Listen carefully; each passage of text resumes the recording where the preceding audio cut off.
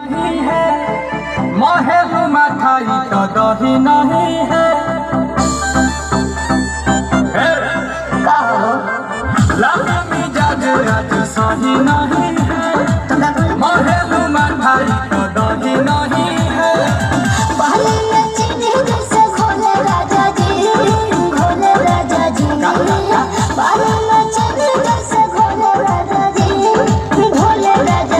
कमरिया गोले गोले कमरिया गोले गोले कमरिया गोले गोले गोले गोले डोले राजा जी कमरिया गोले गोले गोले गोले डोले राजा जी कमरिया गोले गोले गोले गोले डोले रानी जी कमरिया गोले गोले गोले गोले डोले रानी जी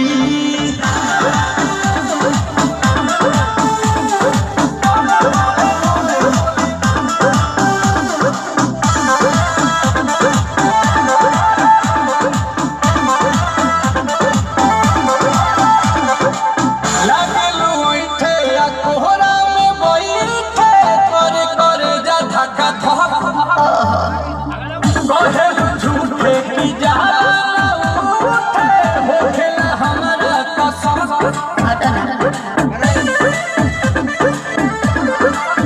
सुनो ये जी सनम दवाम रे जी सनम हटा के दिला दो धके मेरे ले जी सनम बात को मीठे मीठे बोले राजा जी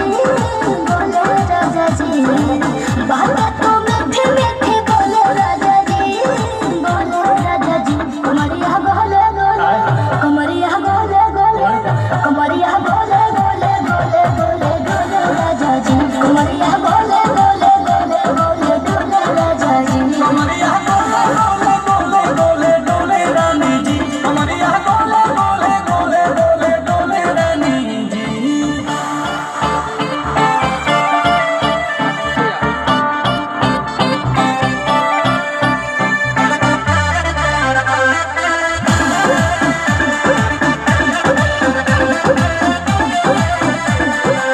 के हो हसीना इशारों के बिना सीना से जलवा के सट होला रानी गरम जवानी पानी पिए लुगटा गहन या कमरे में चलो जरा सा मोहब्बत मानो कि तुम हो सीधे साधे तुम्हें पूछो कुछ